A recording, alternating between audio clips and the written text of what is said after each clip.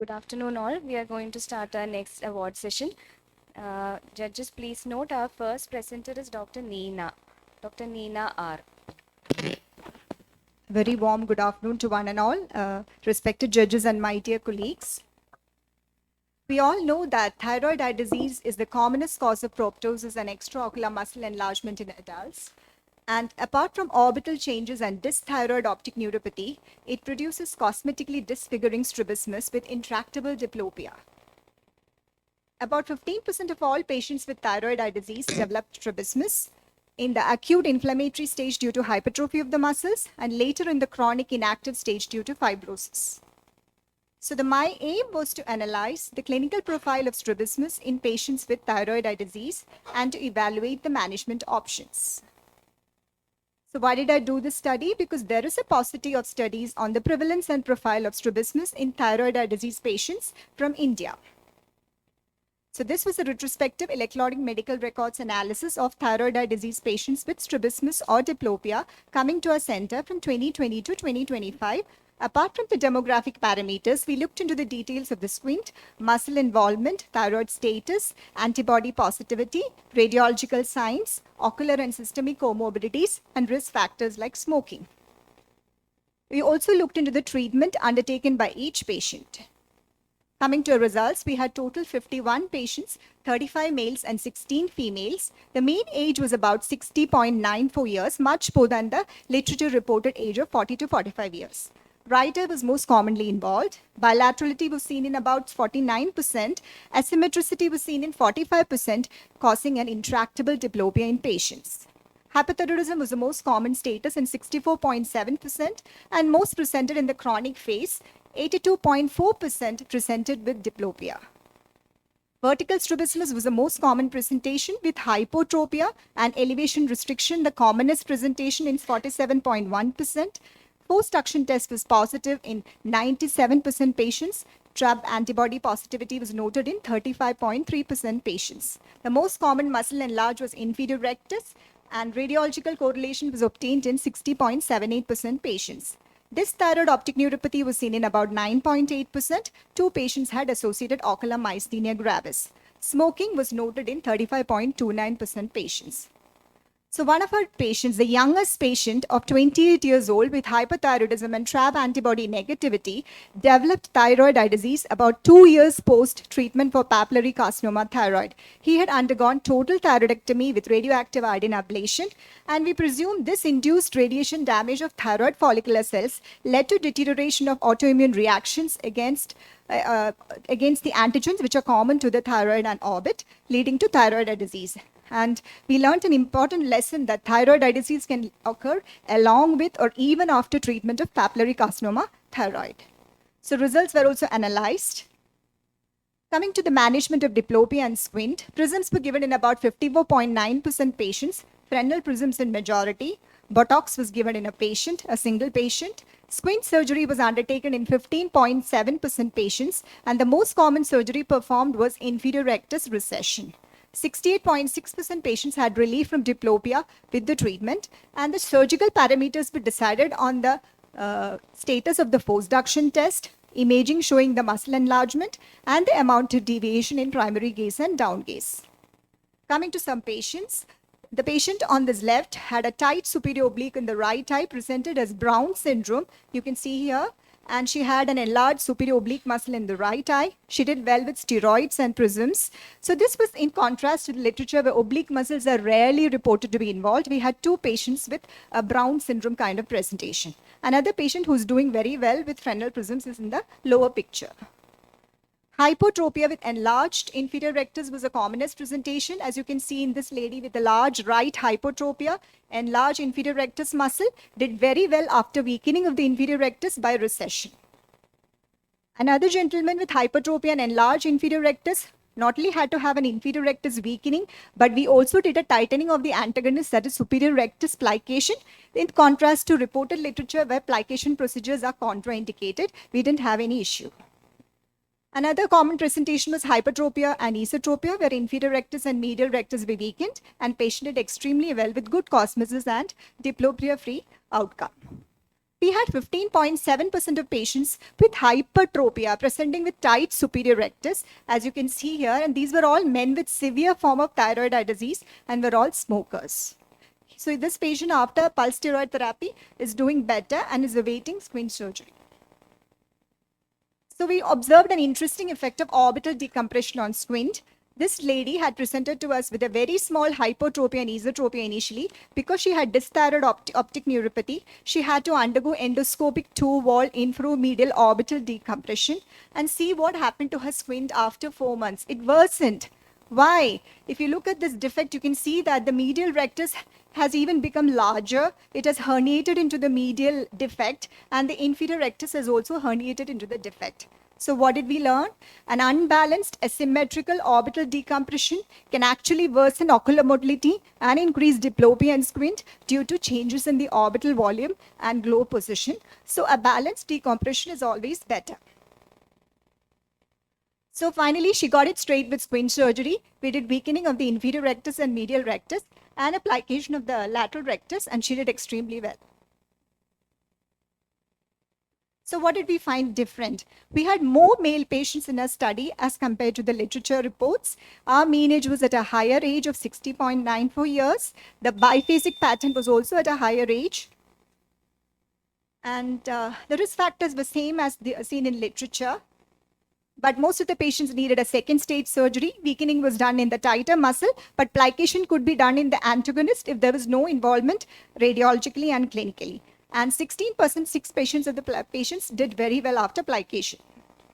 So to conclude, vertical strabismus with inferior rectus involvement in males with hyperthyroid status and a higher mean age was the commonest presentation. Recession could be done with good cosmesis and functional outcome. Staged surgery is often needed. Plication can be done provided there is no clinical or radiological involvement, and prisms are useful both pre and post surgery to correct the residual squint. Thank you.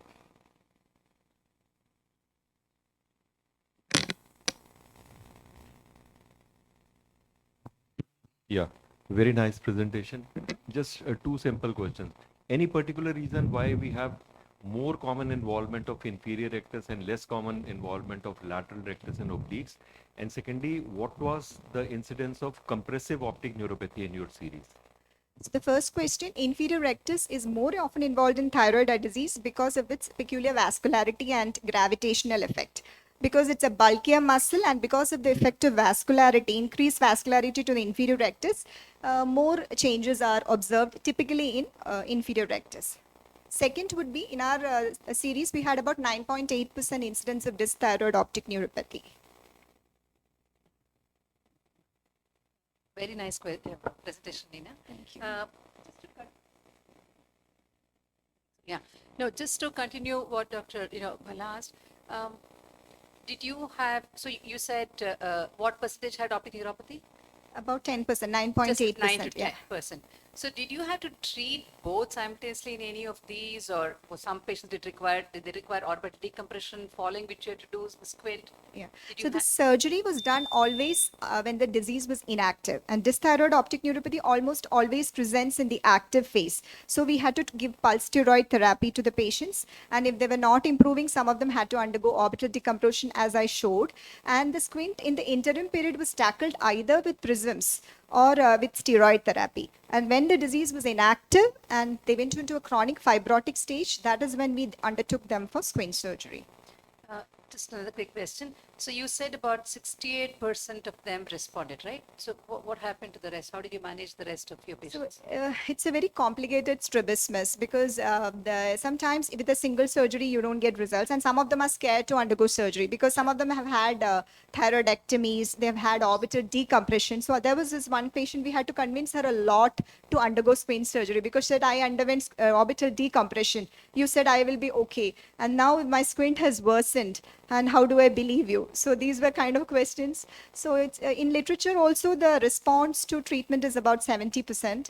So because of multifactorial reasons, and always a staged approach is recommended. Good. Yeah.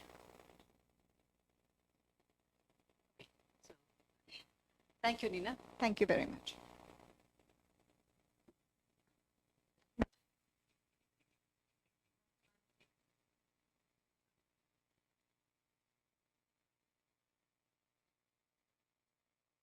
Our next presenter, Dr. Manju.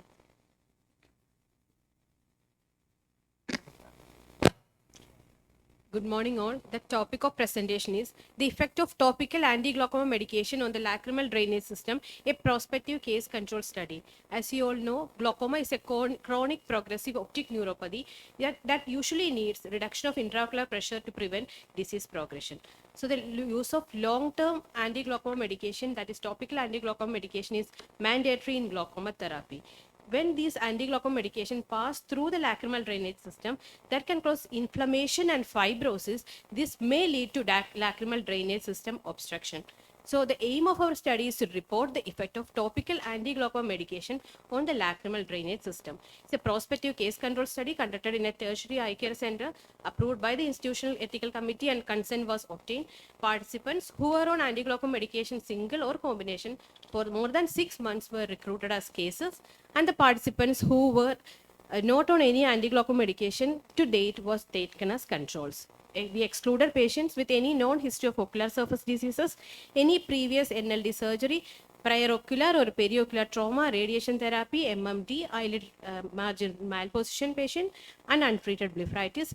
And patients on long-term topical medications other than anti-glaucoma medication were also excluded. And data included number and duration of anti-glaucoma medication, best corrected visual acuity, and disc evaluation. And lacrimal drainage system was evaluated by diagnostic syringing and probing by a surgeon, doctor trained in orbit and oculoplasty, and syringing and probing, diagnostic syringing and probing was done. And the cases and controls were matched for age and sex. Best corrected visual acuity there was statistically significant difference in the visual acuity of cases and controls, and there was also statistically significant difference in the IOP values of the cases and controls. Cases had 16.2 and the control was 14.4. And mean number of anti-glaucoma medication was 1.8, and mean duration of anti-glaucoma medication was 37.8 months. And the 24 eyes, that is 25.5% were on timolol, and 14 were on brimonidine or bimatoprost. And 54.3 of the cases were phakic, and 94.7 was in the control was phakic. Coming to the distribution of anti-glaucoma medication duration, 40% of the patients were on anti-glaucoma medication for 31 to 60 months, and 15% was on more than 60 months. And 28.7% of the eyes in cases had punctal stenosis, and only 3.2 in control group had punctal stenosis, and 3.2% had in the case group had a combination of lid laxity, eversion, stenosis, etc. And coming to the lacrimal drainage system obstruction was seen in 39.4% of the eyes in the case group, and only 6.4% in the control group. And there was a statistically significant difference in the LDSOs in the case group compared to the control group with a significant p-value. And the use of anti-glaucoma medication was significantly associated with increased risk of obstruction with an odds ratio of 9.5 to 1 with a significant p-value. And there was no statistically significant difference in the LDSO between the drugs. However, timolol was found to have more LDSO, that is 44.4%, followed by latanoprost. Coming to the duration of the anti-glaucoma medication, among the cases, the mean duration of anti-glaucoma medication in eyes with LDSO was 49.6 plus or minus 26 months. And there was statistically significant association between the duration of anti-glaucoma medication and the LDSO with a significant p-value. The risk of LDSO increases significantly with longer duration of anti-glaucoma medication usage, particularly beyond 30 months, and with an odds ratio of 7.2 in more than 60 months. And 45.8% of the patients on timolol had an obstruction. And punctum was the most common site of obstruction in 88%, and upper LDSO, lacrimal duct drainage system obstruction, was more compared to the lower LDSO. Coming to the discussion, this is a prospective case control study, included 188 eyes, 94 cases, and 94 controls. Cases had significantly worse visual acuity compared to the controls. This is in agreements with the Cedar et al. Study. And risk of LDSO increased significantly with increased duration of anti-glaucoma medication with an odds ratio of 7.8 for more than 60 months. Findings were consistent with Kasakoli et al., who reported significant with higher incidence of LDSO in higher duration, longer duration. And longer duration of AGM must have induced inflammatory reaction over more time, causing more incidence of LDSO. Upper LDSO was common than the lower LDSO, which was in accordance with the Singh et al. Study also. And the increased obstruction of the upper LDS than the lower LDS can be due to its proximity to the conjunctiva, causing more inflammation. So there are similar studies. Ours is a prospective control study, and Kasagoli et al. Also had a prospective case control study similar to us, which studied a duration of 2 weeks to 13 years. Ours was like 6 months to 60, more than 60 months. There was no, to our knowledge, there was no study which looked into the effect of topical anti-glaucoma medication to the anti-lacrimal drainage system obstruction in Indian eyes till date. The case example, POIG patient who was on brimonidine timolol combination 4 years, and you can see the raised tear film high, and the punctum is almost fully stenosed, almost not visible. And this patient, 72-year-old patient with anti-glaucoma medication for more than 30 months with a nasolacrimal duct obstruction. And this is a POIG patient on latanoprost, 43 months, showing punctal scarring and punctal stenosis. So what was known before the study is that chronic IgM can produce ocular surface inflammation. Previous studies showed a prevalence of 20%. Timolol and brimonidine were the suspected drugs. This study quantified the risk of about 7.8 for more than 60 months. Study finds higher LDSO prevalence like 39.4%. Timolol was most associated. Upper LDSO is more common than the lower LDSO. So duration of AGM was a major risk factor. Upper LDSO was more common. So we recommend routine screening for lacrimal drainage dysfunction in patients on long-term AGM. Thank you. Yeah, very nice presentation, comprehensive sir. presentation. Most of the literature, they find that the punctal stenosis and lacrimal drainage obstruction occurs with either timolol, pilocarpine, or carbonic anhydrase inhibitors. Yes, You have not included carbonic we anhydrase have inhibitors. included, sir, but for our study, we got Because timolol. you showed brimonidine, bimatoprost, and timolol. Yes, These sir. were the three drugs you were which was studied. No? Which were more, the cases among the, we took all the cases, all the patients who are on medication for more than 6 months. So among our cases, majority of the drugs were on timolol, patients were on timolol and bimatoprost and Can brimonidine. you show the slide where you have the various And drugs? there which is were one more studied? thing, sir. We have, for the analysis, there are so many combinations, around 30 combinations. So we have taken patients with more than 5 who are using this combination. We have taken like that and did the analysis for that patient. So if it is less than 4 eyes were using the one medication, we have. But what does literature say? Does literature support the carbonic anhydrase inhibitors or alpha agonist or the No, sir. prostaglandin analogs more? Two drugs is prostaglandin analog, one is timolol and brimonidine also.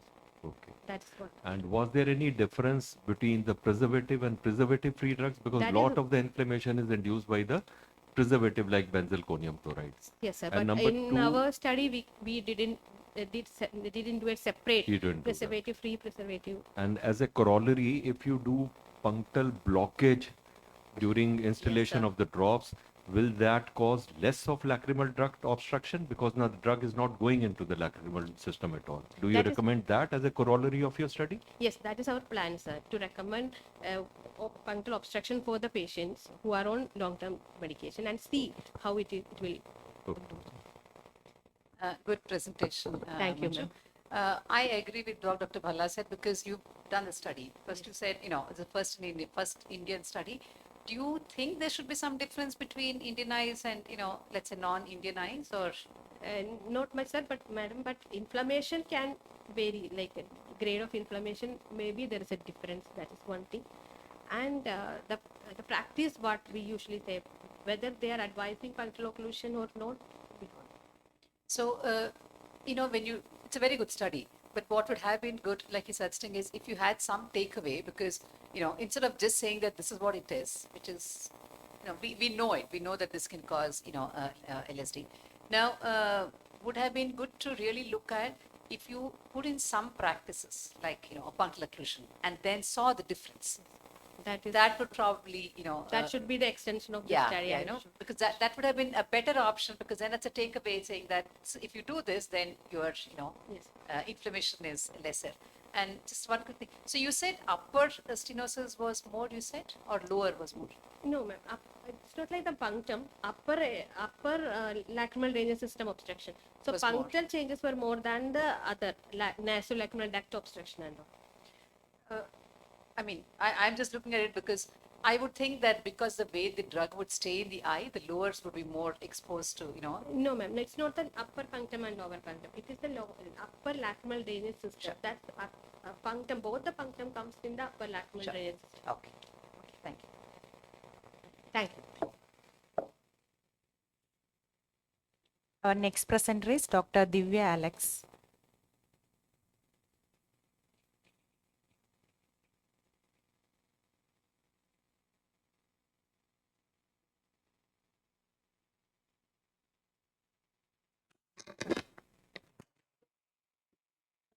Respected judges, my esteemed colleagues, presenting a paper on real-world evaluation of combination therapy in acute post-cataract endophthalmitis, and we disclose nil financial interest. So whenever you hear about a post-cataract endophthalmitis management, the first concept that comes into your mind is the endophthalmitis vitrectomy study, even though it was established nearly 3 decades ago. It favored tap and inject for eyes with hand motions vision or better, and reserving the limited core vitrectomy for light perception vision. And then came the 2000 and 2010, there was everything went into micro incision.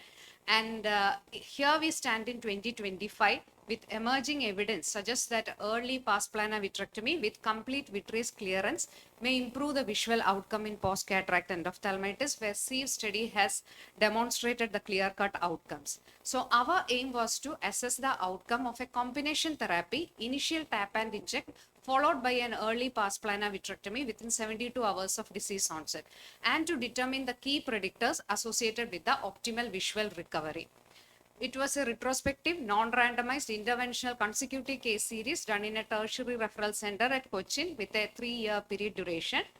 So acute post-cataract endophthalmitis in this study was defined as the development of clinical symptoms and signs of endophthalmitis within 6 weeks following cataract surgery. So these patients presenting with a visual acuity of light perception of better with a minimum of follow-up of 6 months was included, and pre-existing maculopathy or any prior history of vitrectomy, any other intraocular procedures were excluded.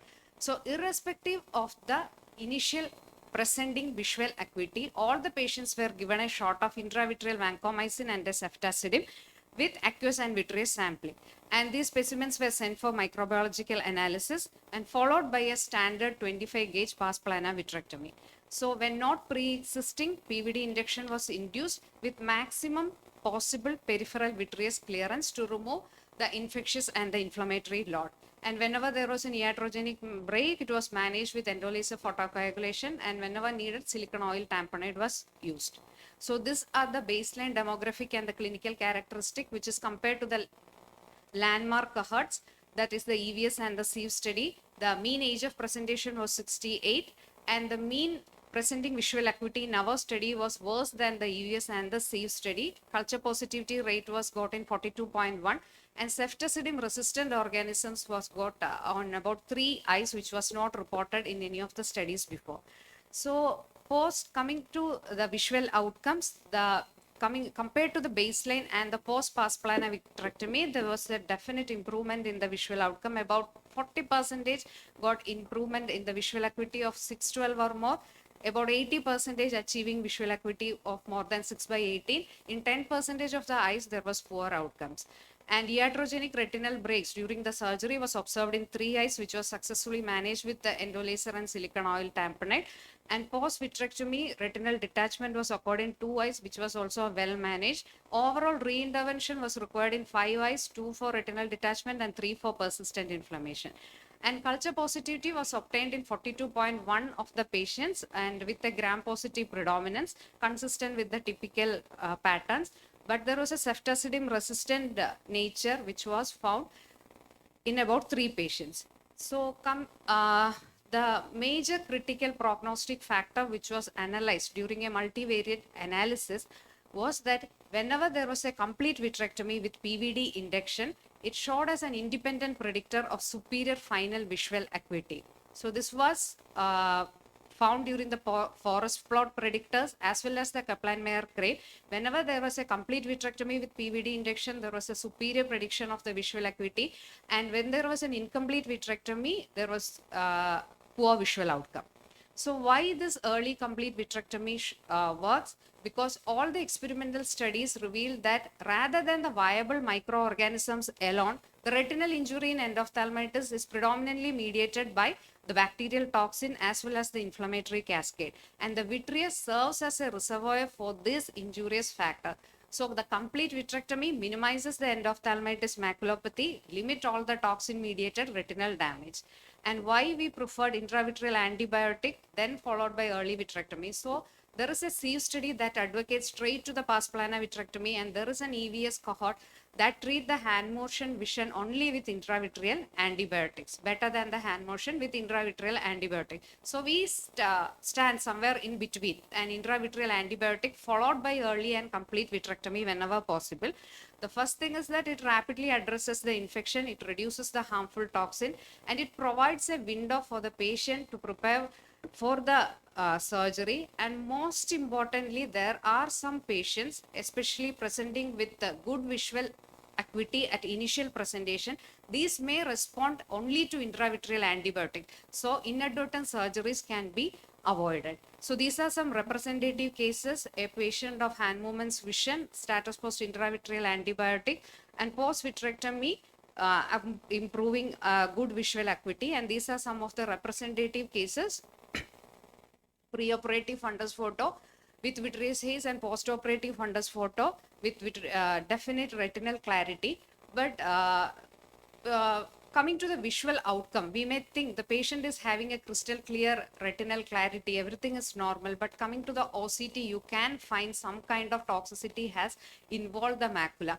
You can see there is disruption of the ellipsoid layer. So we definitely think the toxin mediated injury, it is responsible for some sort of vision loss even after the vitrectomy. So this lot should be cleared as early as possible.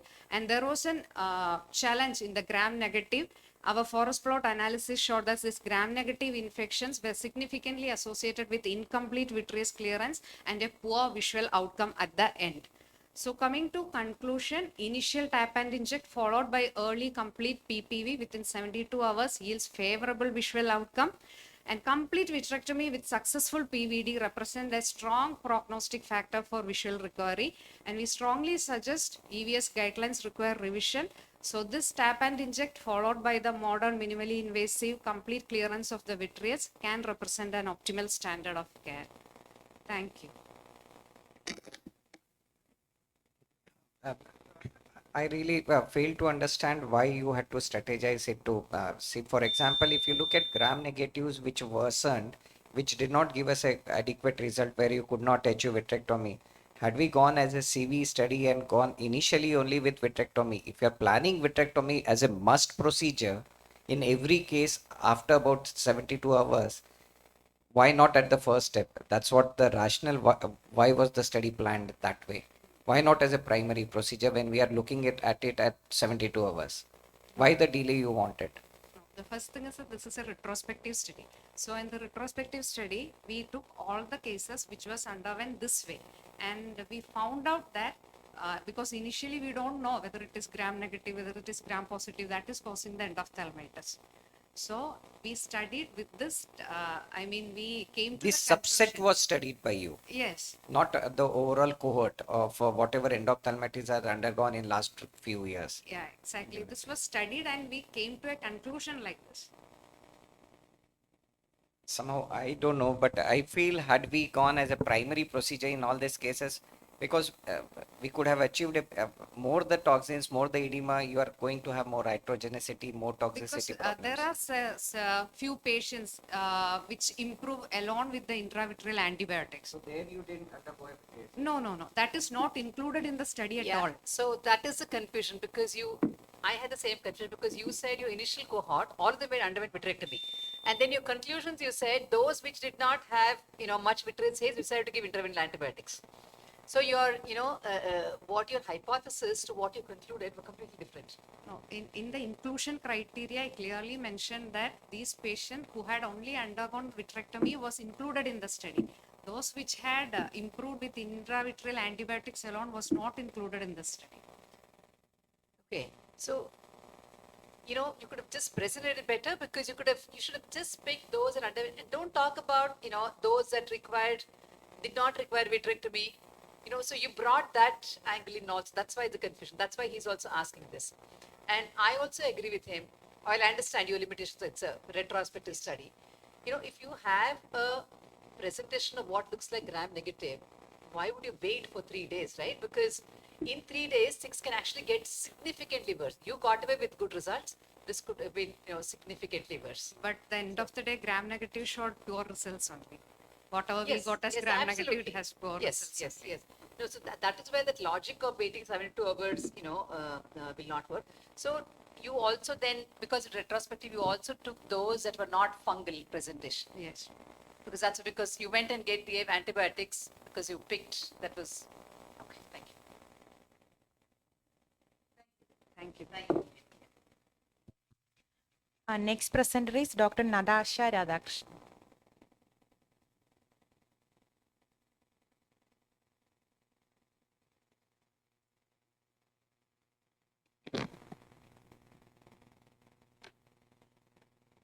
Good afternoon to all. My topic is visual outcomes in pediatric non-infectious uveitis. Are biologics a game changer?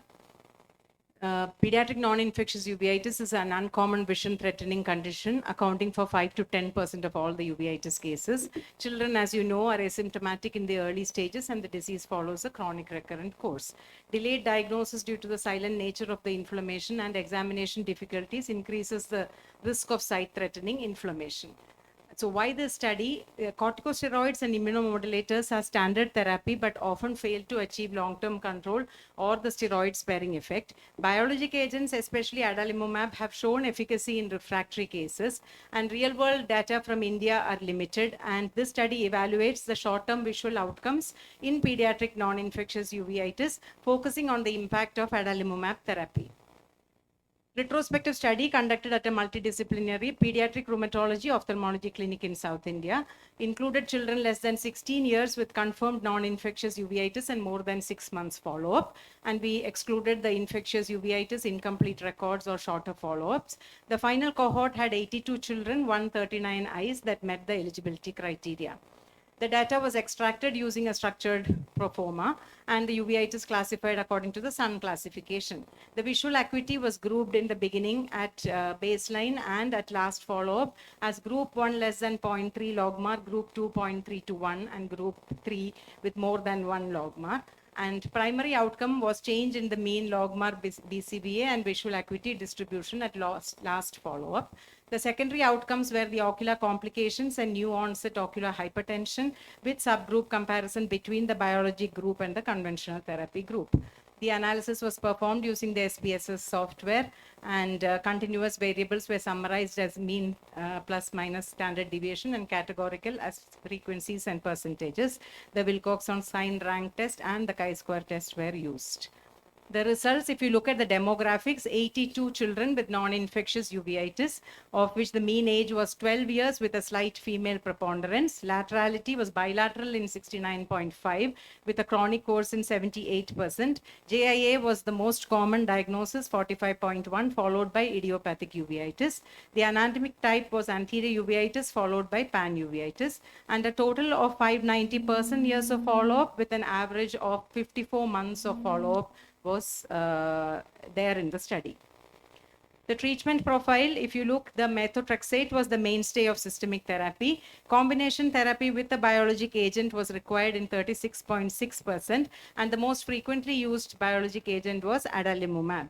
Our rheumatologist has the protocol that we follow in our rheumatology treatment for these children is to start them off on methotrexate and systemic steroid, taper and stop the steroid over 6 months as early as possible, and continue on methotrexate methotrexate alone, usually subcutaneous methotrexate was given. And when the patient has either a recurrence or not control of inflammation in 3 months of methotrexate alone, they would be shifted to adalimumab along with the methotrexate. The ocular complications occurred in 58 eyes, with the most common being cataract and band-shaped keratopathy. Intraocular hypertension in 28 eyes, but was less frequent when we shifted to the biologic group compared to the non-biologic group. The visual acuity, the mean BCVA improved significantly from 0.34 at baseline to 0.26 at 6 months. Eyes with good baseline vision remained stable, while those with poor baseline vision showed limited recovery. Vision loss more than 3 ETDRS lines occurred only in 10 eyes, and they were all in the non-biologic group. So inference is that short-term visual outcomes were excellent, especially patients who present with good baseline visual acuity. Methotrexate with or without biologics remains the mainstay of therapy, and systemic immunomodulatory treatment improved visual outcome at 6 months. But if you compare the adalimumab based, those who got adalimumab and those who did not, the adalimumab subset showed better visual preservation and fewer onset of new complications compared to the conventional therapy.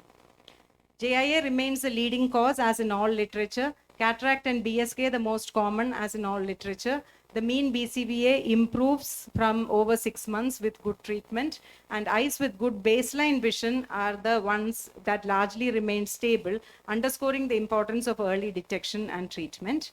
And when you look at the role of biologicals, the biologic use was higher in our cohort compared to other South Indian series. We had a 43% use of biologics compared to other South Indian series, that is only 7 to 10%, which reflects a shift towards early biological initiation. And children on biologics had better visual stability and fewer new onset complications. The Sycamore trial now shows that adalimumab plus methotrexate reduced uveitis relapse by 75%. The Adjuvite trial confirmed adalimumab's efficacy in reducing inflammatory flares, and real-world data is there from Europe and North America showing improved visual outcomes and reduced disease activity. However, our limitations are that it is a retrospective single-center study, and for future prospective multicentric studies, especially with cost effectiveness of the biologic therapy, are necessary in the Indian context. So in conclusion, biologic therapy with adalimumab added to methotrexate provided better inflammation control, fewer complications, and superior vision preservation, aligning with global evidence, and it highlights the importance of multidisciplinary management and timely initiation of biological therapy. Thank you. Very good, Natasha. Really. I have a question again. So you said adalimumab was used in how many children? In 54%. So was there a reason not to start these? There are a others, lot or of it was just no. There are a lot of patients who cannot afford adalimumab. Cost so was they, the issue. yes, cost was definitely there, and they were started on MMF and not on adalimumab.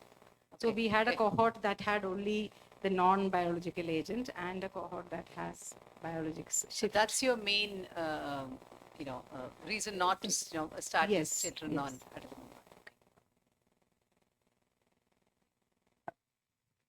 adalimumab. Any difference of using biologicals in pediatric, like you said, less than 16 years of patient versus adults? There is any difference in the efficacy or side effects, or The one thing that is absolutely contraindicated is infection. So they always do like a TB test before starting that is true. adalimumab. But adalimumab generally is not that effective in adults, and that is not the first line choice for adult uveitis. But in children, it is the first line from various studies. In adults, they tend to go more with either tofacitinib or the other immunomodulators. Any specific reason for that? Why adults, don't respond, or children respond more? I think it is because adalimumab is better tolerated and has less bone marrow suppression than the other group. So, let's say compared to MMF or any other drugs that you routinely used, what are the side effects that you're going to look for in children with that you put them on adalimumab? Basically, they follow up with an RFT and an LFT and also look for any amount of infection. So usually when the patient has like a cold that is rhinitis going into a pneumonia or something like that, we have to withhold the adalimumab for some time. Otherwise, generally, like we have a very long follow-up and they're very well tolerated. Because the children don't really develop any side effects on adalimumab. So you educate the parents that if there is, you know, if they find any signs of, let's say, URI or so, you stop it. Is that? No. They are asked to continue, but they are asked to, if there are chest signs, they are asked to get in touch with the rheumatologist. Thank you. And you routinely get investigations in these pediatric patients for to rule out COX, and if the MONTO is positive or the finding, you give ATT course before starting biologicals? No, we usually avoid the biologicals completely because it is too risky. You cannot do it like steroids. We can't give we can give ATT plus steroid, but with biologics, because of the bone marrow suppression that comes in, we cannot take that risk and give. Your B cell immunity becomes very reduced. So you cannot give biologics unless they have completed the course. After they have completed the course, they are considered as a normal child. Thank you, Nitish. Thank you so much. Our next presenter is Dr. Supreme Goel. I think he has not come, so we'll move on to Dr. Vaishnavi A. Lal.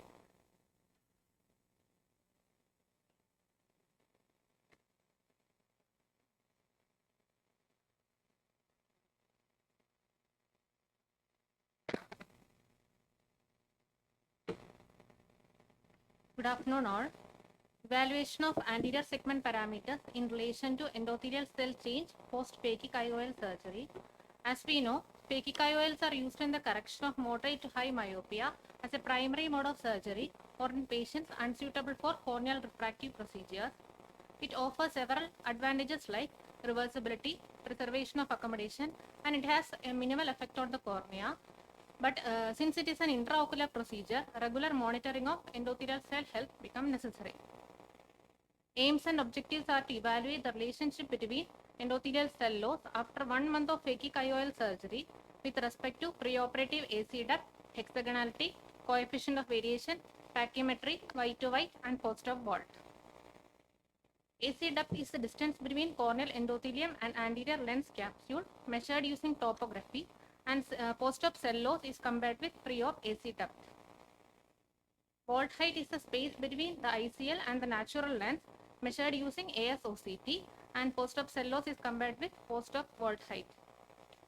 White to white diameter is the horizontal distance between the outer edges of the limbus, which is used to determine the correct size of the lens, and white to white is also compared with endothelial cell loss. Another objective is to compare pre-op and post-op endothelial cell density, hexagonality, coefficient of variation, and pachymetry. Endothelial cell monitoring is very important as these cells do not regenerate, and hexagonality analysis examines the geometric regularity of the endothelial cells. Coefficient of variation measures the size variability among the endothelial cells, with lower values indicating more uniform cell sizes and better endothelial cell health. And pachy measurements indicate subclinical corneal edema, even though the counts may be normal. The patients aged 20 to 35 years who underwent ICL implantation within the past 1 year, whose complete records are available, are included in the study. And since only young patients after exclusive screening are selected for phakic IOL implantation, the only exclusion is those with poor quality imaging data. Coming to materials and methods, 15 eyes of 9 patients who underwent phakic IOL surgery by a single surgeon using phakic IOL star ICL V4C central flow were analyzed retrospectively. Pre-op AC depth is divided into 3 categories: less than or equal to 3, 3.1 to 3.5, and more than 3.5 millimeter. Vault height is divided into 3 categories: less than 250, 250 to 750, and more than 750 microns. Statistical analysis were performed using Jamovi software and paired t-test used for analysis. Coming to results and discussion, mean age of the study population was 25 years, which aligns with the typical demography for phakic IOL candidates, and AC depth averaged 3.3 millimeter, representing adequate depth for ICL implantation. White to white measurements were relatively consistent at 11.6 millimeter, suggesting appropriate corneal sizing for lens selection. And the spherical equivalent was notably high at 9.3 diopters, reflecting the severe myopic population typical for phakic IOL candidates. Pre-op endothelial cell density averaged 2858 cells per millimeter square, while post-operate showed 2833 cells per millimeter square. There was a net decrease in endothelial cell density and the significance was borderline. Different studies over a period of 1 to 5 years reported an average endothelial cell loss of 4 to 13%, which was much higher than our study. This is because the IOL attrition of cells is more than the natural attrition of cells over a longer duration of time. Pre-op coefficient of variation was 33.8, improving slightly to 33% post-operatively. Stable CV suggests that surgery did not induce significant polymagatism in the corneal endothelia. Pre-op hexagonality averaged 53.4%, decreasing slightly to 52.4% post-operatively. The difference showed no significance, suggesting that the surgery did not significantly alter the morphology of the endothelial cells. This finding is consistent with Dors et al. Study, which reported stable hexagonality values with no significant changes observed even at extended period of time. Pachymetry measurements showed a slight increase from 530 to 534 microns postoperatively. This small increase in corneal thickness could represent subtle corneal edema following surgery. This shows proper functioning of sodium-potassium pump, and pachymetry is the only functional parameter of endothelial cell health, while others were morphological parameters. Another important parameter analyzed was AC depth. 60% had intermediate AC depth values between 3.1 to 3.5 millimeter, which represents the optimal range for ICL implantation. Interestingly, we found that more endothelial cell loss in the group having more AC depth, but we expected shallower chambers might predispose to greater cell loss as given by previous studies. But our study fails to demonstrate this correlation, showing endothelial cell loss does not depend on shallowness of AC. Post-op vault measurements averaged 396 microns, indicating appropriate lens positioning with adequate clearance from the crystalline lens. All patients were in the normal range of vault height between 250 and 750 microns, and this subset has no significant correlation with endothelial cell loss. The correlation analysis between endothelial cell loss and parameters like age, white to white, spherical equivalent revealed non-significant associations. To conclude, the present study demonstrates that phakic IOL surgery results in only modest endothelial cell loss within the first month postoperatively, though the clinical significance is almost nil. There was no significant correlation of endothelial cell loss with age or other measurable parameters like AC depth, post-op vault, and white to white. The preservation of endothelial morphological parameters suggests endothelium maintains functional integrity after the procedure. While the short-term endothelial safety profile appears acceptable, careful long-term monitoring to ensure continued endothelial cell health is necessary. The limitations of the study were small sample size, short follow-up period, and the retrospective design of the study, which necessitate larger prospective investigations with extended observation periods to definitely establish the safety profile of phakic IOL surgery. These are my references. Thank you. Thank you, Vaishnavi. That's a good paper. Why did you have a follow-up of just 1 month? I mean, you've taken, I know it's a retrospective study, but post 1 month, you never go back and look at all of these parameters at all? Why was because you start entire study in just 1 month. What is the longest follow-up of your patients post ICL? 6 months. No, I'm saying the longest follow-up you have of any of your patients after an ICL is only 6 months? No more than. Yeah, so then it gives to reason that all of these problems are more as the ICL is in the eye for a longer time, isn't it? So any specific reason why you've taken only 1 month? No, just educate me. I'm asking you, if things have not worsened in 1 month, is it that they will remain stable over the next few years? Is it so? Or you just did it for 1 month? No, I just did it for 1 month. Okay, so the other thing is, do you have a correlation with the degree of myopia that you could have? It's a good study. You could have done a multivariate analysis. You could have done a lot of statistical analysis on the parameters that you have, because you just presented a descriptive analysis. You have a large number. Even there, you could divide into the duration of ICL, post ICL. You could the degree of myopia. A lot of things could have been done, right?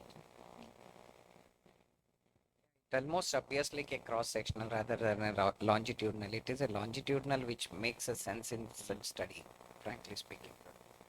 Because the results which you have got are just 0.9% endothelial loss compared to 4 to 13%. Was that comparison of those studies also limited to 1 month follow-up period? No, that was 6 months. So you cannot compare. You cannot compare 1 month follow-up where you showed only 0.9% because it's only over course of time, like in longitudinal study, you will find more endothelial cell loss. Maybe then your endothelial cell loss is comparable to the other published studies. You cannot compare 1 month study with longer follow-up period. And how do you explain that the anterior chamber depth had no correlation with the endothelial cell loss? You showed higher endothelial cell loss in AC depth more than 3.2 or 3.5 millimeter compared to shallower AC. How do you explain that? Because that is that variance with the published literature. Maybe due to small sample size and shorter follow-up period of study. Because in your inference, you said AC depth has no correlation with the endothelial cell loss. So you cannot, just 1 month study, you cannot say that.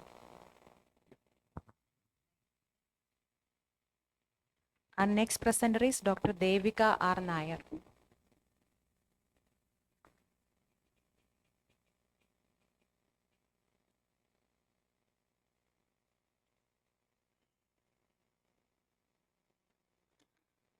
Good afternoon all. My study is on the comparison of orthoptic versus occlusion therapy as a treatment modality for amblyopia. So as we know, amblyopia remains the leading cause of visual impairment in children, and it's a non-organic condition with unilateral or bilateral decrease of visual function caused by form vision deprivation or abnormal binocular interaction. And occlusion therapy remains the gold standard in which patching of the sound eye forces the amblyogenic eye usage. But the limitations include poor compliance, social stigma, skin irritation due to the glue used in the patches, and the psychological impact on the child. Orthoptic therapy is a newly developed non-invasive therapy. It's a top-down approach that stimulates different areas of the brain to develop vision centers, and it is effective for both adults and children. Here the patient is made to sit at a distance of 1 meter from the monitor, wearing the full refractive correction. In the first part, the patient is asked to locate the peripheral light with the help of a laser pointer, and the second part, the patient is asked to fixate at the central point while counting the lights he or she sees at the periphery. The rationale of the study: our computerized therapies promote cortical plasticity and binocular recovery, and there is limited Indian data comparing these modalities with occlusion therapy. So there's a need to evaluate whether a binocular therapy tool like orthoptech is equally effective to occlusion. The aim is to compare the visual outcomes of orthoptech therapy versus occlusion therapy in children with amblyopia. The objectives are to assess the improvement in best-corrected visual acuity and to evaluate the compliance among both groups. It is a retrospective comparative study of 1 year duration. 42 patients were included, 21 patients belonging to the occlusion and 21 belonging to the orthoptech category. Statistical analysis was included, chi-square test for demographics, repeated measure ANOVA for treatment effects, and SIDAX post-hoc test. A p-value of less than 0.05 was considered significant. Inclusion criteria included children of 5 to 14 years diagnosed with unilateral bilateral amblyopia with corrected and stable refractive error, cooperative and motivated patients, and no previous amblyopia therapy in the past 6 months. Exclusion criteria include those with any history of ocular surgeries in either eye, any neurological disorders affecting vision or cooperation such as cerebral palsy, any uncorrected or unstable refractive error, uncooperative behavior or poor cognitive ability.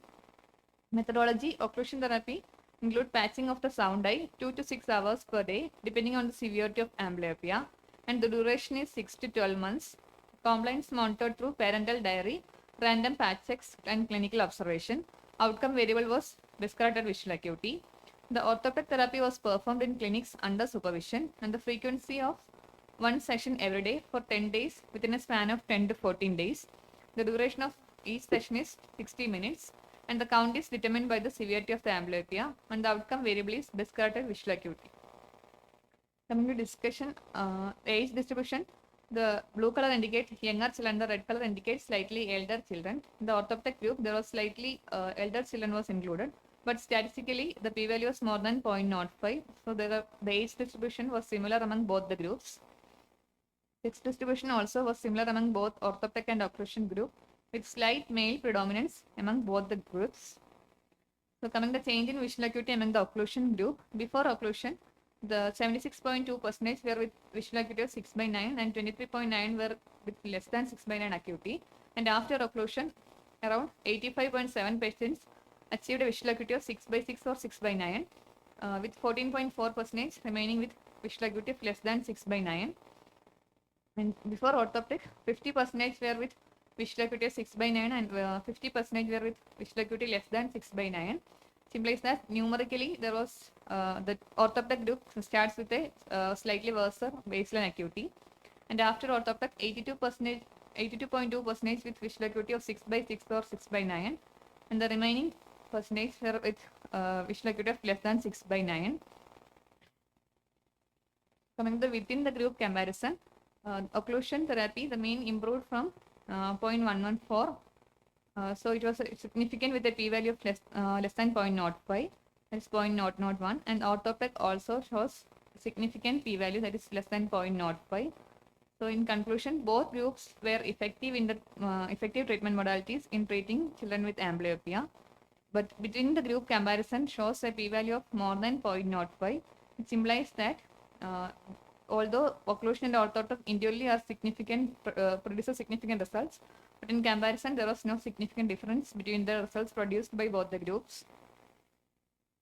So in conclusion, occlusion and orthoptic produce similar results among children with amblyopia, but the orthoptic carrying forward the advantages of good compliance, no social stigma, no skin irritation due to the glue or knot, no psychological problems, and the main highlight is the short duration. Orthoptic produces the result within a period of 10 days, which is produced by the occlusion of minimum 6 months. Our limitations include CFs was not included, small sample size, short duration, and it was a retrospective study. These are my references. Thank you. Thank you. Thank you, Devika. So you're saying that with the orthoptic, you only had to do it for 10 days. Yes. Whereas for the occlusion group, they had occlusion for 1 year. Orthoptic group we have followed up for 6 months, but No, how many days of orthoptic, because they had to come to the clinic, right? You showed that they only had to do orthoptic for 10 days. yes, So compared to a whole year, this is only for 10 days? after 10 days they will be called the follow-up every month.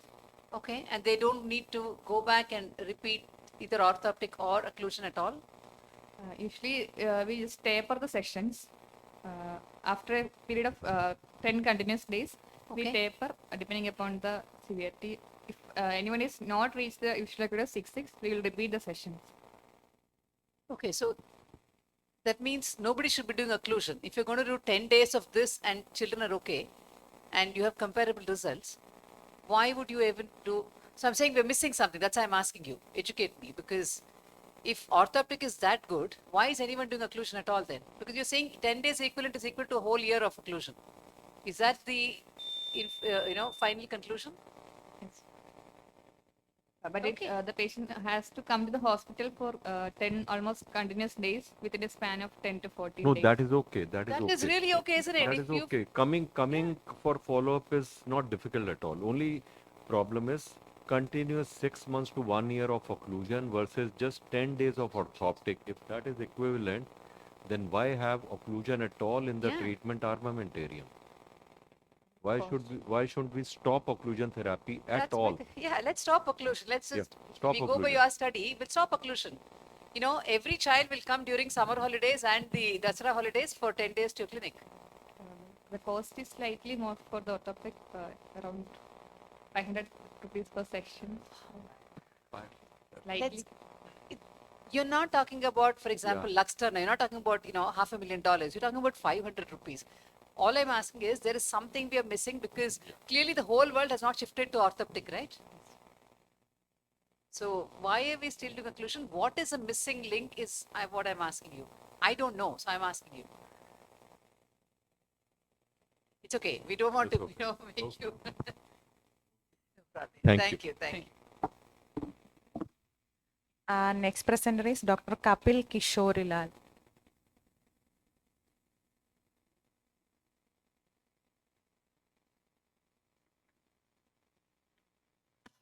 Hello everyone, thank you for the opportunity. Good afternoon. Uh, Today's topic for presenting here is secondary subretinal muscular membrane, various etiologies and response to anti-VEGF injection treatment. So we have studied the response of anti-VEGF treatment in such cases, and we have some cases. Case 1, that is a 71-year-old male who presented with the right eye subretinal muscular membrane secondary to CSCR sequelae. We have given 2 anti-VEGF injections at 1 month interval. And at the end of 1 month follow for the last injection, the lesion, as you can see, is completely resolved along with the resolution of the fluid. Second case is a 45-year-old female who presented with a right eye subretinal muscular membrane secondary to toxoplasmosis scar. Here we gave 2 anti-VEGF injections at 1 month interval, and at the end of 1 month of second injection, the lesion is completely regressed along with the resolution of the SRF, as can be seen in the slides. Case 3 is a 52-year-old female who presented with the right eye subretinal muscular membrane secondary to idiopathic juxtafoveal telangiectasia. Here we gave 3 anti-VEGF injections, and at the end of third injection, 1 month, we have observed that the lesion is completely regressed along with the resolution of the SRF and intraretinal fluid as well. Case 4 is a 20-year-old male, right eye subretinal muscular membrane secondary to myopic choroidal degeneration.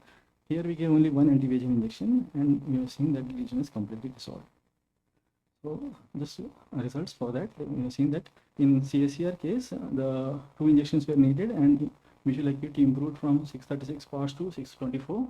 In SRM due to toxoplasmosis, again we needed only 2 injections and visual acuity improved from 2/60 to 5/60. In SRM IJT case, we needed 3 injections and vision is stabilized at 6/6 parts from baseline.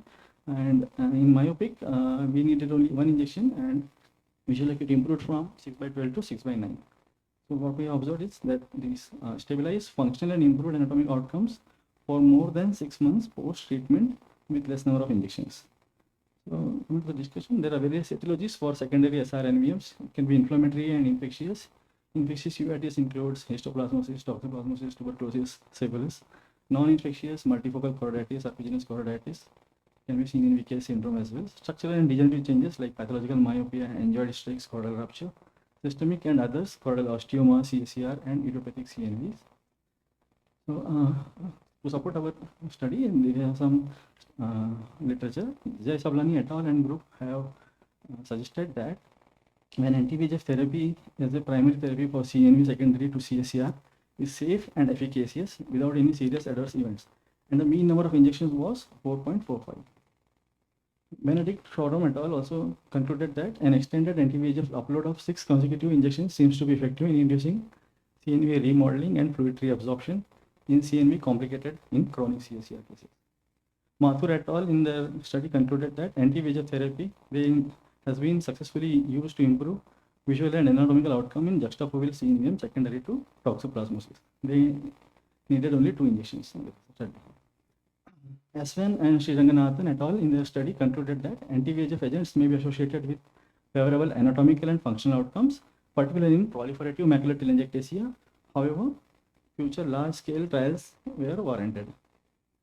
Teresa Barth et al. In their study concluded that intravitreal anti-VEGF therapy seems to be safe and effective for the treatment of IJT-related SRNVM, but frequently multiple intermittent injections are necessary for stabilization.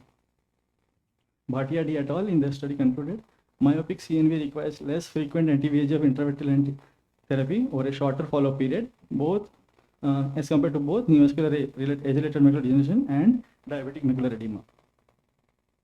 Mehmet Ozervan et al. Also concluded that there is a stabilized functional and improved anatomic outcomes following intravitreal anti-VEGF agent injection for CNV unrelated to AMD were seen at 12 months of follow-up. So SRNVM can develop in various pathologic conditions, so we need to follow all these cases very regularly. It was observed that many of these conditions usually affect the young and middle-aged population. Faster regression of the disease activity with less number of injections were needed, and a better visual acuity improvement was noted. To conclude, intravitreal anti-VEGF therapy seems to be safe and effective for the treatment of SR-NVM cases, and a faster regression of the disease activity with less number of injections, and it gets stabilized anatomical and functional outcomes with fewer injections. Some of preferences. Thank you. Thank you, Kapil. What was your takeaway? You felt that your bouquet of cases require lesser number of injections compared to, for example, AMD or IPCV. Yeah, as compared to CNVM and IPCV, the number of injections were less, and even the for a period of, like, we have other cases we have more than 6 months of follow-up. Some have more than 1 year also.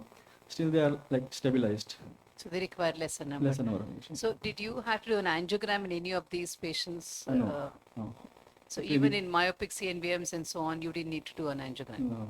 The presentation was acute, like with sudden diminution of vision, and we saw a hemorrhage as well as finding deposit in the OCTs. On that basis only we injected. Thank you. Thank you. Thank you. And next presenter is Dr. Aparna R.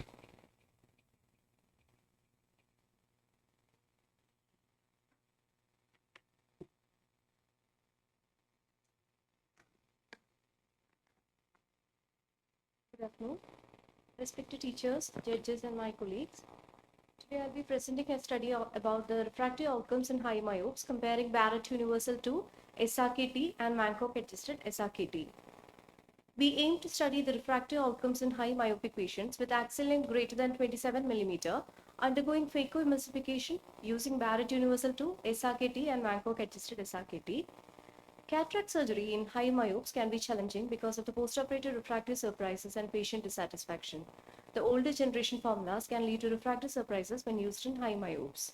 The newer generation formulas like Barrett Universal 2 can give satisfactory results after cataract surgery in these patients, but it could be used only in advanced machines like IOL Master, Argos, etc. This is a single-center retrospective study. EMR of the patients with axial length more than 27 mm and with a minimum postoperative follow-up of 3 months was evaluated. We evaluated the preoperative best-corrected visual acuity, preoperative spherical equivalent, anterior segment and posterior segment findings, and postoperative refraction. A-scan biometry was done using IOL Master 700. Those patients with media opacity, axial length was calculated with immersion biometry. IOL power calculated with Barrett Universal 2 were implanted in all eyes. Biometry was repeated with SRKT using actual axial length and Bangkok adjusted axial length. The optimized axial length equal to 0.8453 into measured axial length plus 4.0773, and we found out the residual refraction. We excluded those patients who underwent SICS, post-refractive procedures like LASIK, secondary IOL implantation, patients who were left aphakic, and those who had ocular conditions affecting visual acuity other than high myopia, and those cases with intraoperative complications. Coming to the results, the mean age was 53.2 plus or minus 12.2 years. There were 48 males and 52 females. The mean axial length was 29.37 plus or minus 1.89 millimeter. Mean ACD was 3.47 plus or minus 0.39 millimeter. 83 eyes was implanted with plus powered IOLs and 17 with minus powered IOLs. This is a table comparing the variables in accordance with the axial length. Most of the patients were, so for the ease of comparison, we divided the data into two groups. That is the eyes with 27 to 30 millimeter and eyes with more than 30 millimeter. Most of the patients in 27 to 30 millimeter axial length group. When comparing the both groups, in more than 30 millimeter axial length group, the mean age of the patients was less. That is 48 compared to the 55 in other group. Not much significance were noted in, difference were noted in K reading and ACD between the two groups. The mean preoperative best corrected visual acuity was logmar 0.78 and mean postoperative best corrected visual acuity was logmar 0.2. This shows a significant improvement in the visual acuity post cataract surgery in this high myopic patients. The IOL power implanted in the 27 to 30 millimeter axial length group was 6 diopters, and in the more than 30 millimeter axial length group it was minus 0.4 diopters. This is another table showing the residual refraction in the plus powered IOLs. Here we can see that the Barrett Universal 2 and SRKT with Bangkok adjusted axial length gave almost similar results. But when it is used with normal axial length, SRKT used with normal axial length gave hyperopic surprises. In minus powered IOLs, SRKT, when used with normal axial length, the hyperopic surprises were exaggerated. But Barrett 2 and SRKT with Bangkok adjusted axial length gave almost similar results. The mean residual refraction with Barrett was minus 0.25. With SRKT with normal axial length was plus 0.65, and with Bangkok adjusted axial length it was minus 0.16. This is a stacked histogram showing the residual refraction by 3 methods. These are some studies which gave similar results. A study by Sang et al. That is the effect of axial length adjustment methods on intraocular lens power calculation in high myopic eyes shows axial length adjustment with SRKT gave similar results compared to the latest fourth generation formulas. And another study by Fouch-Rabi et al. Bangkok adjusted axial length in SRKT formula for ocular biometry in high myopia showed that SRKT with Bangkok adjustment is a reliable alternative to the more sophisticated formulas such as Barrett Universal 2. And this holds especially for axial length more than 27 millimeter eyes. So concluding, SRKT with Bangkok adjusted axial length can provide satisfactory results in high myopia as compared to Barrett Universal 2.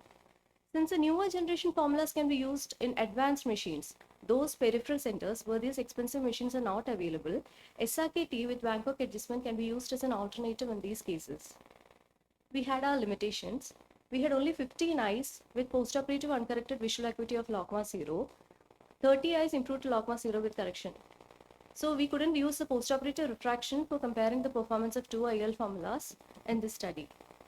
We also did a logistic regression analysis to find out the factors which significantly affect the postoperative vision in the study, and we found that axial length, choroidal neovascular membrane, and myopic macular degeneration with posterior staphylomas was related to the low postoperative visual acuity.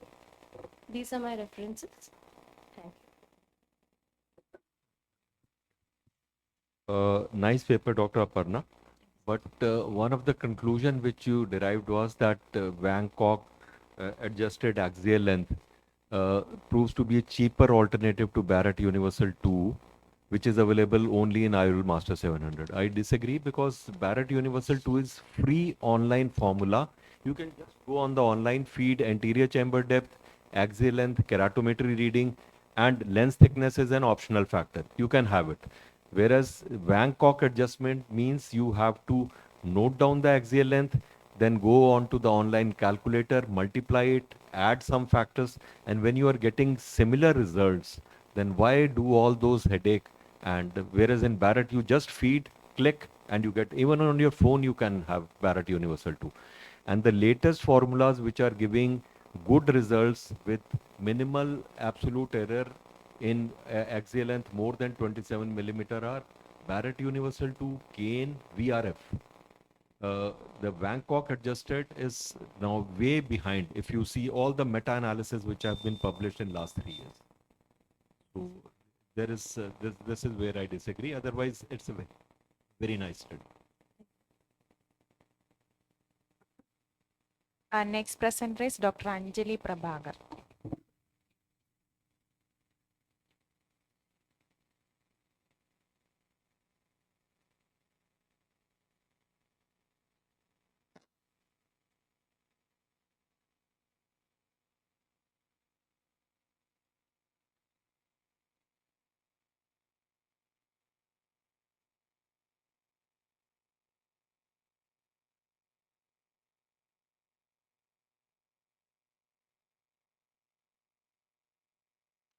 Good afternoon, judges. So my study is on refractive error change in over minus lens therapy for intermittent exotropia, a retrospective study. So intermittent exotropia is the most common form of divergent strabismus in childhood, and over minus lens therapy in intermittent exotropia is a known modality of treatment for reducing the angle of deviation.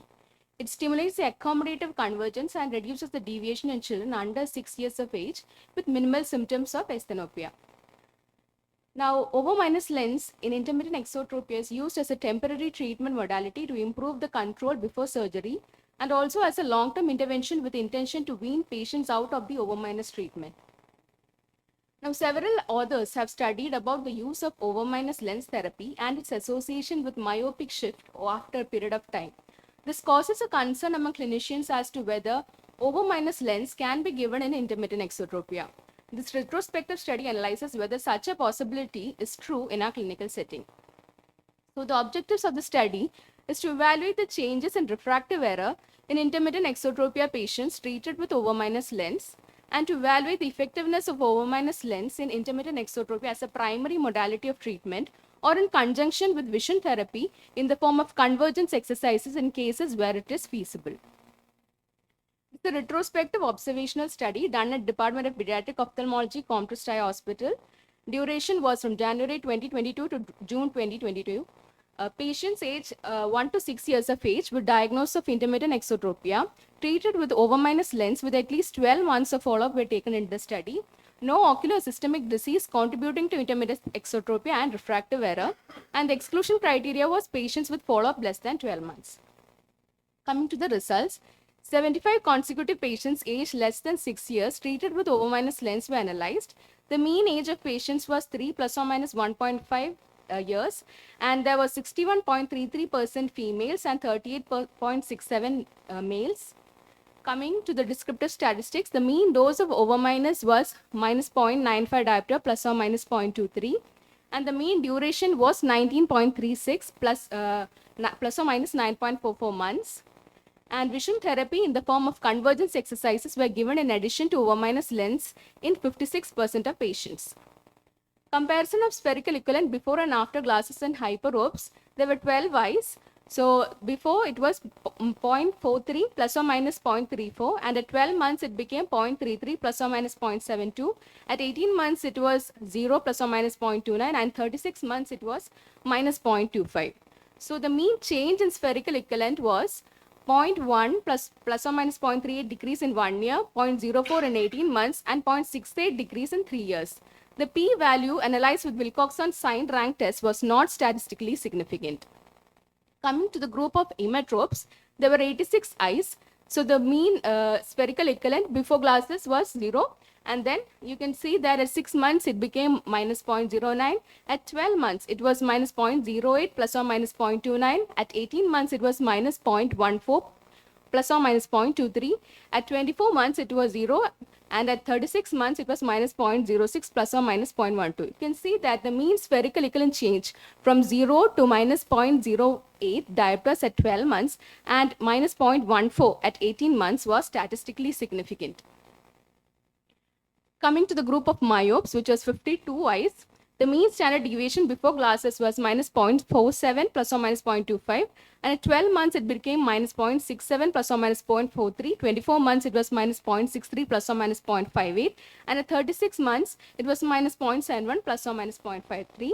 The mean change was 0.02 plus or minus 0.18 increase in 1 year. In 2 years, it was 0.04 plus or minus 0.18 increase. And in 3 years, it was 0.08 plus or minus 0.15.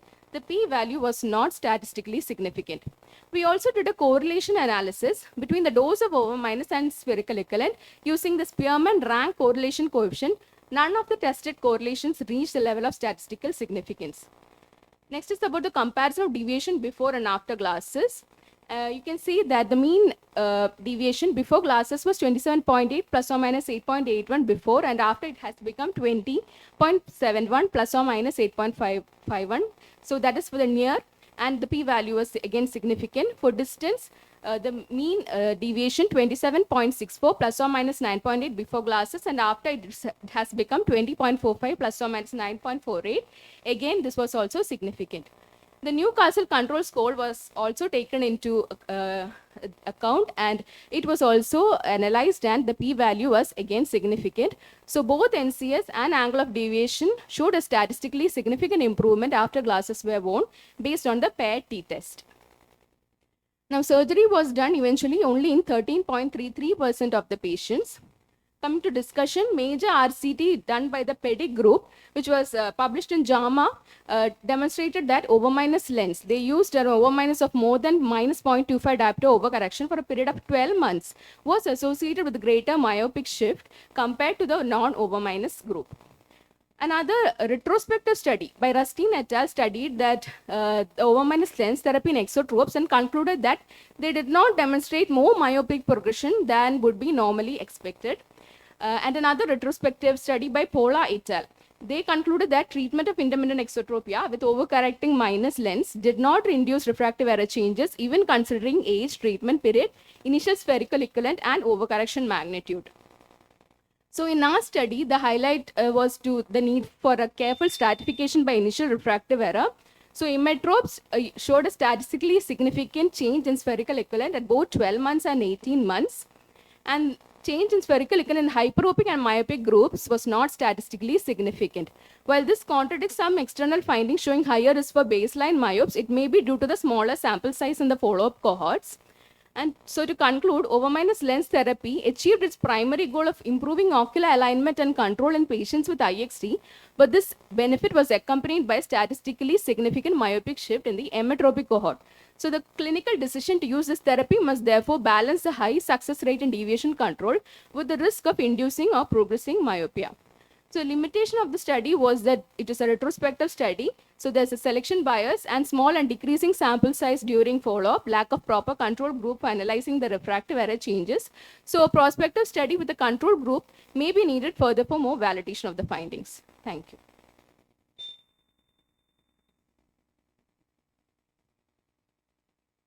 Just explain to us why this over minus therapy is helpful in controlling the intermittent exotropia. And second part is then what is your recommendation?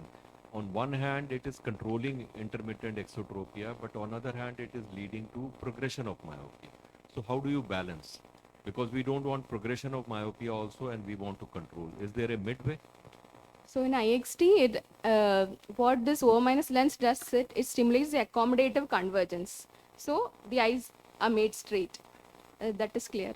So actually, this is a very good method in children in when we cannot use convergence exercise or vision therapy or anything to control this intermittent exotropia. So we actually give left and right over minus lens for children. But this concern has come up based on this PEDIC study.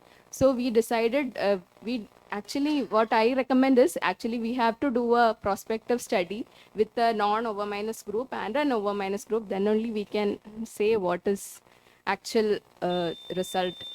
Retrospective study won't be enough. How much over minus? Suppose the child is having -3 in one eye and -5 in other eye. How much over minus will you give? Actually, we give -1 in our institution. It's maximum what we give is -1.5. But the PEDIC study and all, they have given -2.5, more than -2.5 they have given. But in our institution is usually maximum is -1.5. How long do you keep this over minus? How long does a child have to wear it before you say it's either failed or requires surgery? No, we give it for first 1 month, then we again call back the children, and then we assess how she is doing, whether she's okay with the glasses, whether she is wearing, and whether the angle is controlled, how much control it has got. If there is no control and the child is above 4 years of age, then we will plan. If it is a constant exotropia, it has become a constant exotropia, then we will plan for a surgery. And if there is a suppression or there is a stereoacuity has come down, we will plan for a surgery. Because you said only 13% eventually required surgery. Yes. So that means the remaining actually did well just with your O minus lens. These intermittent exotropia is usually children who have a little bit of fusion. Sure. So with over minus also, over minus itself, they have good control. So surgery is not actually done. And these children are less than 6 years of age. So till 4 or 5 years, actually we wait for surgery with convergence exercise and this over minus and all. But your eventual increase in myopia is very minimal, isn't it? Once you take the children off the over minus. So it's from what you're saying, it's a good thing then. Yes, actually in emetropic cohort, how I got a myopic shift was a bit of a surprise for me also, because we are giving left and right. So that was the point. So maybe a prospective study will give us more idea. You also need to have a control group. Yeah. Just no squints, because you want to know, because today new onset centers squint, myopia is so common in children. Yes, ma'am.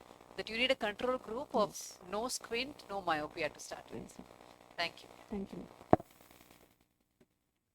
Our next presenter is Dr. Limavi.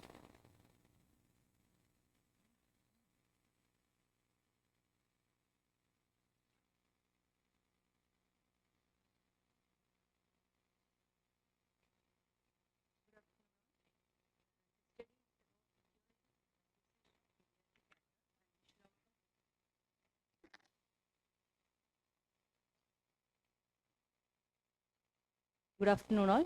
And this study is about etiology and association of pediatric cataract and visual outcome following cataract surgery. Objective of study is to study the various etiologies and associations seen in pediatric cataract and the visual outcome following pediatric cataract surgery. This is a retrospective observational study, and the study population include the hospital records of the patient who underwent cataract surgery at Compressed Eye Hospital, Calicut before 10 years of age, and the study duration is 18 months. In this study, we took 88 eyes of 60 children with cataract who underwent cataract surgery before 10 years of age. A detailed history of antenatal, perinatal, and postnatal period was taken. Relevant laboratory investigation, including torch and tests to rule out any metabolic diseases, were done.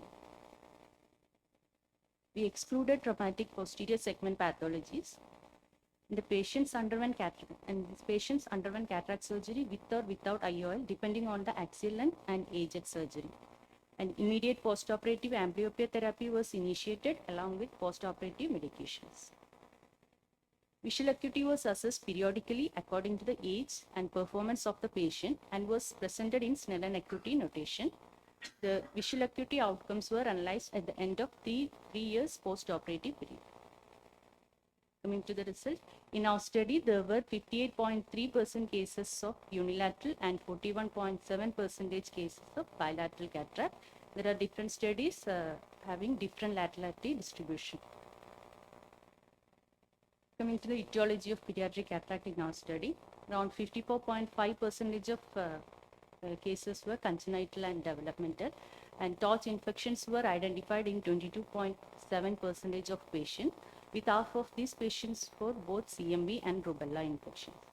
Additionally, a 7.1% of cases developed following radiation or chemotherapy for malignancy. In our case series, most of the cases were post-medulloblastoma cases. The infection, 50% of cases were positive for both CMV and rubella, and 40% were positive for rubella itself. Final visual outcome at the end of 3 years period, 39.7% of patient was having a good visual acuity of more than or equal to 612. Around 9% was having less than 660 visual. Etiology-wise visual outcome, we got a good visual outcome in post-malignant treatment cases and a worse visual outcome of less than 660 in infectious cases. Coming to the discussion, outcome of pediatric cataract surgery depend on multiple factors like age at presentation, age at surgery, type of cataract, associated ocular conditions, and associated intra or post-operative complications. Early detection and prompt referral are key to successful management and surgical decision. Majority of cases presented late to hospital, and this late presentation negatively affect the binocular vision development and dense amblyopia. Late presentation to hospital may be due to limited medical access or low parental awareness. In our study, 4 cases were presented as exotropia, later found to have cataract. Dense amblyopia was developed, which was managed with occlusion therapy, with compliance significantly affecting visual outcome. In our case, almost half of the pediatric cataract cases, we couldn't find any specific cause. Most cases, around 31.4%, were aged between 4 to 6 years. The proportion of cataracts was higher in males than females. There are previous studies shows some congenital cataracts are due to X-linked mutations. In our study, 48.7% of eye failed to achieve vision better than 612. It's possibly due to delayed surgery leading to amblyopia and other postoperative complications. Etiology-wise, postoperative worst outcome is noted in infectious cases. Among the infectious etiology, 40% were rubella positive and 50% were both rubella and CMV. This emphasized the importance of MR vaccination. Postoperative complication noted in our study are hydrocyclitis, glaucoma, and secondary membrane formation. Hydrocyclitis, around 7.9%, was the most frequent early postoperative complication we found, followed by secondary glaucoma, 4.5%. Patient with thyroid cyclitis achieve good visual outcome with vision better than 6/12. In contrast, cases of secondary glaucoma showed poorer visual outcome with vision typically worse than 6/24. In conclusion, pediatric cataract remain a major cause of preventable childhood blindness, with congenital and traumatic etiologies being most common. Early detection, timely surgery, and appropriate post-operative care are essential for optimal visual outcome. Delayed presentation, poor compliance with amblyopia therapy, and inadequate follow-up adversely affect visual outcome. Enhancing parental awareness, improving access to pediatric eye care, and establishing effective referral pathways are essential for better management. Thank you. Very nicely presented, Dr. Lima. What, the two questions. Was the IUL power calculation done with some amount of under 10% under correction or 20% depending on the age? Number two, was cataract surgery associated with posterior capsular excess in age less than 6 years? Did that make any difference in the outcome of the patient, visual outcome? Because what I see was that in about 80% the visual acuity was better than 6/60. Less than 6/12 it was 40%, and between 6/12 to 6/60 another 40%. So 80% had reasonably good visual recovery. Was it dependent on the age of the patient? Was it dependent on any other factors? Like you have classified infective, this was the result; in congenital, this was the result; in traumatic, this was the result. Was it dependent also on the age of the patient?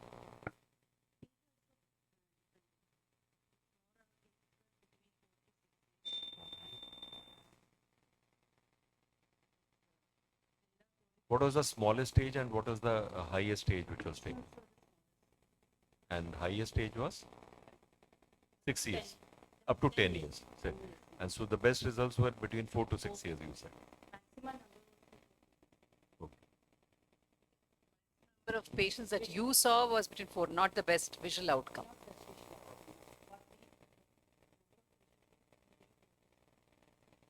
You didn't want to divide according to the kind of surgery you did, whether how you rehabilitated, whether you put an IOL. You didn't want to divide along all of those lines because you sort of pressed it as descriptive analysis, right? You had a fair number of patients. Yeah, it also depends on whether it was unilateral, bilateral. Yes. A lot of other factors are also there, confounding factors. That also should have been. Thank you. Thank you. That is the end of the session. Thank you, judges, and thank you, everybody.